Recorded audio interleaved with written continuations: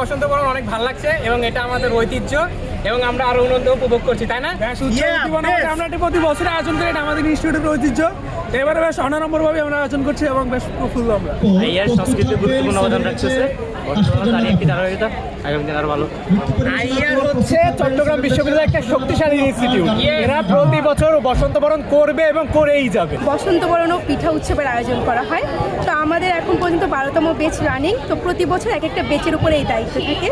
তো গত বছর 8ম ব্যাচ করেছে আর এই বছর 9ম ব্যাচ, অর্থাৎ আমরা আয়োজনে আছি।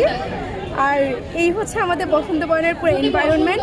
বসন্ত আসলে সবার মনে একটা সুন্দর রং নিয়ে আসে, সেই রংটাকে আসলে আমরা আইয়ারের শিক্ষার্থীরা সবার সামনে পুরো ক্যাম্পাসে অন্যরকমভাবে তুলে ধরার চেষ্টা করি। এই যে রাত জেগে ক্রাফটিংয়ের কাজ করা, তারপর দিন রাত সবাই মিলে শপিং করে এগুলোর জন্য, দেন সারা রাত জেগে এই স্টেজ সাজানো, অল ওভার সব কিছু করা, তারপরে প্রোগ্রামের দিন কালচারালগুলো অ্যাটেন্ড করা, এখানে পিঠা টেস্ট করা, মানে সব কিছু মিলিয়ে অসাধারণ লাগে।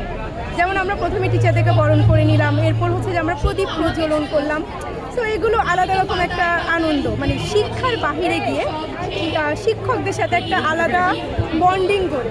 আজকে হচ্ছে আইয়ারের বসন্ত বরণ এবং পিঠা উৎসব হচ্ছে এখানে, এবং হচ্ছে কি আশেপাশে আয়োজন অনেক হয়েছে। আর সবখান থেকে হচ্ছে স্টুডেন্ট এবং টিচার এবং বাকি যারা আছে অনেক মানুষে ওরা উপভোগ করতেছে। এবং আমরা এখানে আমাদের স্টল আছে, সেখানে বিভিন্ন রকমের পিঠা আছে, যেমন হচ্ছে কি আপনার ডিমের চিকেন পাকোড়া, এরপরে হচ্ছে গাজরের লাড্ডু, পাটিসাপটা, জামাই পিঠা, চিকেন পুলি, নারিকেল পুলি, খেজুর গুড়ের পিঠা, চটপটি। এরপরে এখানে কিছু হাতের কাজের জিনিসপত্র আছে, আর এখানে কিছু কুচকাটা জিনিসপত্র আছে।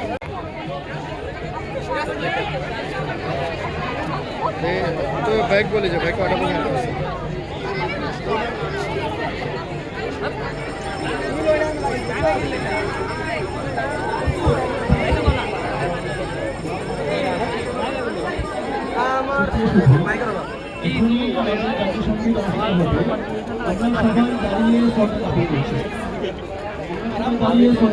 সবাই দাঁড়িয়ে